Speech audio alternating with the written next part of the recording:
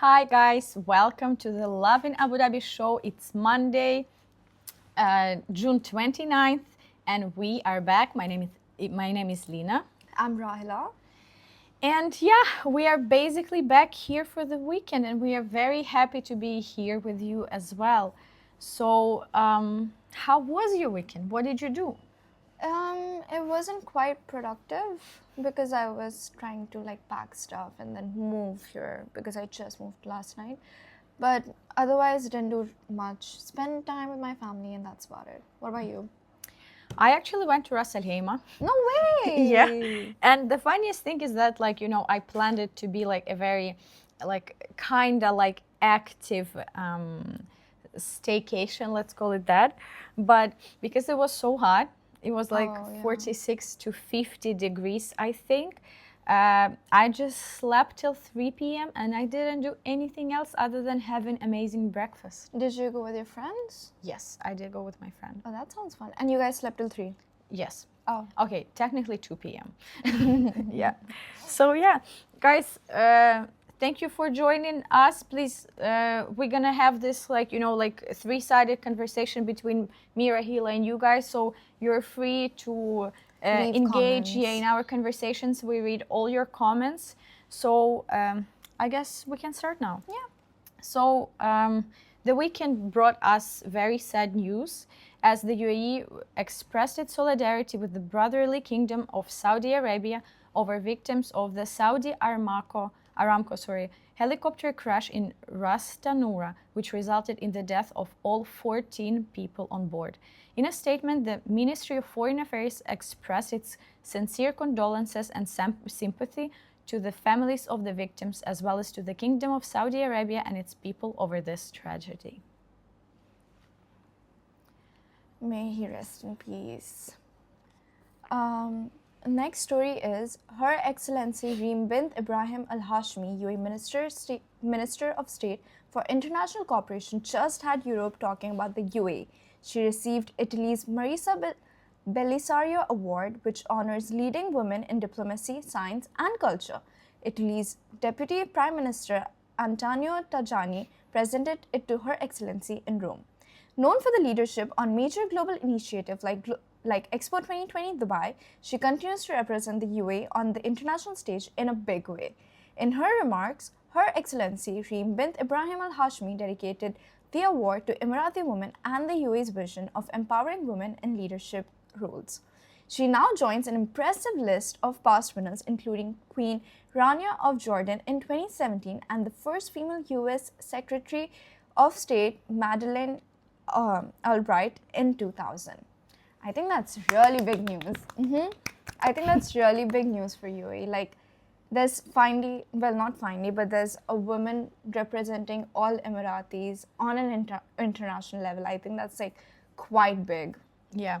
And because we had a lot of news recently about regional developments, it's very nice to have this bright, bold story about a woman who's literally making so much good, in the whole world and especially in the region. Yeah. So whenever I see this, instances of women, changing the whole scope of the, everything that's happening here and how they have this strong positive impact on a lot of things, I feel what, as a woman, this is the time when you want to be born.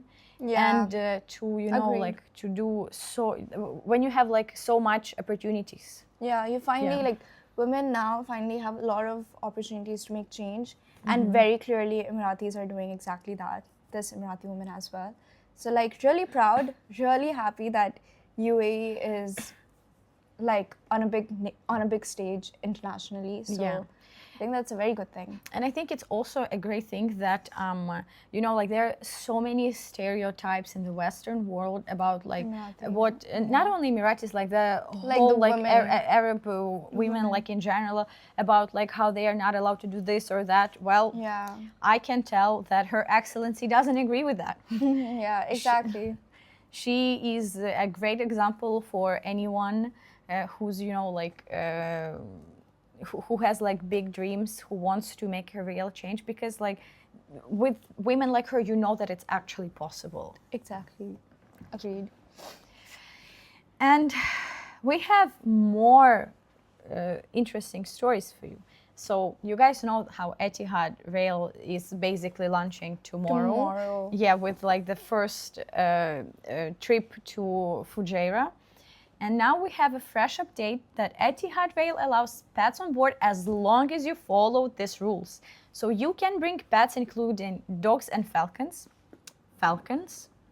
Like falcons on a train. I've seen them in planes too, actually. I never seen it, but I want to be there when any falcon. Okay, guys, if you're taking a trip from Abu Dhabi to Fujairah or from Fujairah to Abu Dhabi and you want to bring a falcon, please hit us up. Let me know. I personally will be there. She'll be there. I want to see a falcon Just on the give us the train. date and time and she'll be there. Yeah. So basically, yes, you can bring your pets, including dogs and falcons and cats, of course, on board if they are in an approved carrier with the size up to 55 by 40 by 23 centimeters. You can your pet carrier counts as your carry-on luggage, so you cannot bring an additional carry-on bag. Your pet must stay inside the carrier at all times and remain under your control, so be very responsible. Like if you want to bring a pet, make sure you can take care of it during this journey. So only one pet carrier is allowed per passenger, and also assistance dogs are welcome on board, but you need to book them in advance through the contact center. So that is so cute. I would love for my cats to experience this, but I know they have too much anxiety to come out.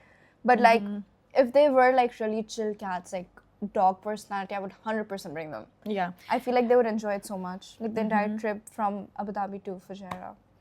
So basically, me personally, I don't have any pets. Unfortunately or fortunately, I don't know, guys. You decide. You need to fortunately get them on board like immediately. I don't know. I have like a long story with pets because like whenever like like the sad day comes, I know I won't be able to survive. Please don't remind me of no, that. I'm okay. I love my friends' pets. Like I'm like like they're like God fairy mama whatever. Oh, cute. Like no problem. But like my own no.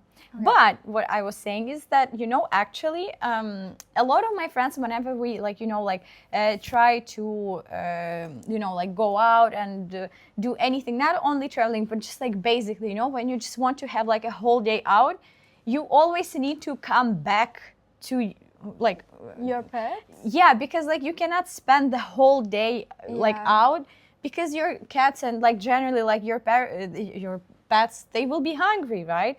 So now that's not an excuse anymore. You still can go to Fujairah, you can still have fun and not think about your little babies at home. Because why? Because they're gonna be there with you. Isn't that lovely? That's so cute. That's so nice. Do you like need to get permit or something for getting? Oh yeah, that's what she said in the end. Yep. That you got to sign up or something. For your like regular pets, just make sure that they are the the approved size basically.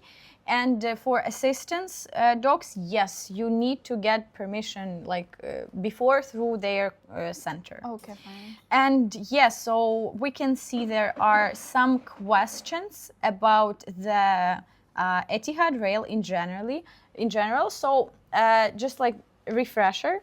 So the first trips will be from Abu Dhabi to Fujairah and back. And on September 30th, we're gonna get extension in Dubai. And then on December 30th, it will start to go to Al Dhafra here in Abu Dhabi, just like further from Abu Dhabi. And on March 30th next year, 2027, it will be the last phase of the full network in Sharjah. Oh, amazing. And it starts tomorrow. So if you want to book, you can look into that. So we have a question. How many dogs are possible in one carriage? I believe it's probably one. And you can always check with Etihad prior. But because like the carriage is like pretty small and they wouldn't want dogs to suffer, so I would say like one per carriage. Yeah. Yeah, I mean it makes sense, obviously, because Like, it's a long trip. It's not a short trip. So It's okay. It's not too long, but like you still want it's a your long trip for a pet. Oh, okay. Yeah. I don't know Yeah. anything about that, so I she think, she yeah, knows like better. Yeah. almost 2 hours in a carry-on. Like, I think that's a long trip for pets. Ah, but- yeah, because like like they would want to go out, they want to like They play might around wanna, and stuff. Exactly. They want to play around. They want to use the litter. Yeah, Whatever. makes sense. Yeah. Would you travel with a pet, or would you prefer to keep them at home though? Knowing my cats, I know they would love to stay at home. But like, if I could, I would travel with them. I think it's just very cute. Like, oh, I'm going to Fujairah with my cats, and my cats are looking out the window and they're enjoying just as much as I am. So I think I would like for them to be in it, but I know they wouldn't like it. I also feel like this is a great chance to start like this like Instagram accounts, how like they travel with their pets, Exactly. and then like like you just like take a big like. I personally saw like a few images of like a dog next to, I don't know, Eiffel Tower, right? So now you can take a picture of your dog or cat in Fujairah. Literally, because you see all these European trains having these people traveling with their Yeah. cats and dogs and stuff, and it's so cute. You can Yeah. do that now in UAE. So And if your friends are bailing on you and they're like, oh my God, it's too hot, well, you still can bring your pets and you're not going to be You're not lonely gonna be- anymore, Yeah, exactly, right? you're not gonna it's be gonna be so alone. fun. you're gonna have someone with you at Yeah. all times.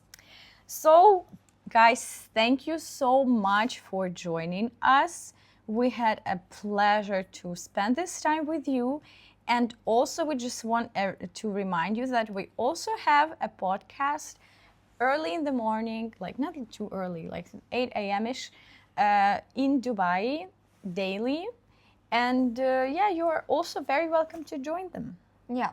So you can watch Lovin Dubai show on YouTube and Podio. You can listen to them on Podio and all other streaming platforms. Same as ours, basically. Yeah. Yeah. Thank you. Thank Hope you, you guys. had a great time. Bye. Have a good day. Bye.